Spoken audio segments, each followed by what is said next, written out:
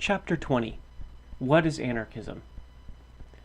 Can you tell us briefly, your friend asks, what anarchism really is? I shall try. In the fewest words, anarchism teaches us that we can live in a society where there is no compulsion of any kind. A life without compulsion naturally means liberty. It means freedom. Freedom from being forced or coerced, a chance to lead a life that suits you best. You cannot lead such a life unless you do away with the institutions that curtail your liberty and interfere with your life, the conditions that compel you to act differently from the way that you would like to. What are those institutions and conditions? Let us see what we have to do away with in order to secure a free and harmonious life. Once we know what has to be abandoned and abolished, and what must take its place, we shall also find out a way to do it. What must be abolished, then, to a secure liberty? First of all, of course, the thing that invades you the most, that handicaps or prevents your free activity, the thing that interferes with your liberty and compels you to live differently from what you would be on your own choice. That thing is government. Take a good look at it, and you will see that government is the greatest invader. More than that, the worst criminal man has ever known of. It fills the world with violence, with fraud and deceit, with oppression and misery. As a great thinker once said, its breath is poison. It corrupts everything it touches. Yes, government means violence, and it is evil, you admit, but can we do without it? That is just what we want to talk over. Now, if I should ask you whether you need government, I'm sure you would answer that you don't, but it is for the others that it is needed. But if you should ask one of those others, he would reply as you do. He would say that he does not need it, but it is necessary for the others. Why does everyone think that he can be decent enough without the policeman, but the club is needed for the others?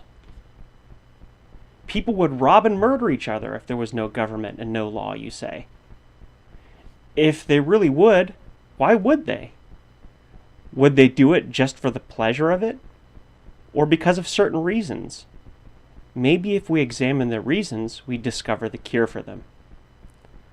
Suppose you and I and a score of others had suffered shipwreck and found ourselves on an island rich with fruit of every kind. Of course, we get to work and gather the food. But suppose one of our number should declare that it all belongs to him, that no one shall have a single morsel unless he first pays tribute for it. We would be indignant, wouldn't we? We'd laugh at his pretensions. If he'd try to make trouble about it, we might throw him into the sea, and it would serve him right, would it not? Suppose further that we ourselves and our forefathers had cultivated the island and stocked it with everything we needed for life and comfort, and someone should arrive and claim it all as his. What would we say? We'd ignore him, wouldn't we? We might tell him that he could share with us and join us in our work, but suppose that he insists on his ownership and that he produces a slip of paper that says that proves everything belongs to him. We'd tell him he's crazy, and we'd go about our business. But should he have a government back him, he would appeal to it for the protection of his rights, and the government would send police and soldiers who would evict us and put the lawful owner in possession. That is the function of government. That is what the government exists for, and what it is doing all the time. Now, do you still think that without this thing called government, we would rob and murder each other? Is it not true that with government we rob and murder? Because government does not secure us in our rightful possessions, but on the contrary takes them away for the benefit of those who have no right to them, as we have seen in previous chapters. If you should wake up tomorrow morning and learn there is no government anymore, would your first thought be to rush out to the street and kill someone? No, you know that is nonsense. We speak of sane, normal men. The insane man who wants to kill does not first ask whether or not there is any government. Such men belong to the care of physicians. They should be placed in hospitals to be treated for their malady. The chances are that if you or Johnson should awaken to find that there is no government, that you would get busy arranging your life under the new conditions. It is very likely, of course, that if you should see people gorge themselves while you go hungry, you would demand a chance to eat, and you would be perfectly right in that. And so would everyone else, which means that people would not stand for anyone hogging all the good things of life. They would want to share in them. It further means that the poor would refuse to stay poor while others wallow in luxury. It means that the worker will decline to give up his product to the boss who claims to own the factory and everything that is made there. It means that the farmer will not permit thousands of his acres to lie idle while he hasn't enough soil to support himself and his family.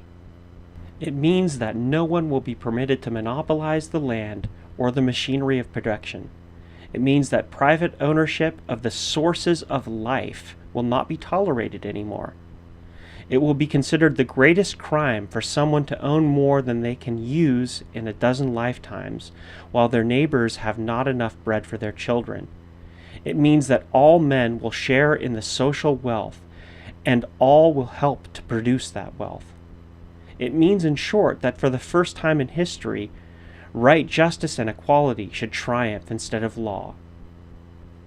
You see, therefore, that doing away with government also signifies the abolition of monopoly and of personal ownership of the means of production and distribution. It follows that when government is abolished, wage slavery and capitalism must also go with it, because they cannot exist without the support and protection of government. Just as the man who claimed a monopoly on the island, of which I spoke before, could not put through his crazy claim without the help of government. Such a condition of things, where there would be liberty instead of government, would be anarchy, and where equality of use would take the place of private ownership would be communism. It would be communist anarchism. "Oh, communism," your friend exclaims, "but you said you were not a Bolshevik." No, I am not a Bolshevik, because the Bolsheviki want a powerful government, or state, while anarchism means doing away with the state or government altogether. But are not the Bolsheviki communists, you demand? Yes, the Bolsheviki are communists, but they want their dictatorship, their government, to compel people to live in communism. Anarchist communism, on the contrary, means voluntary communism, communism from free choice. I see the difference. It would be fine, of course, your friend admits. But do you really think it is possible?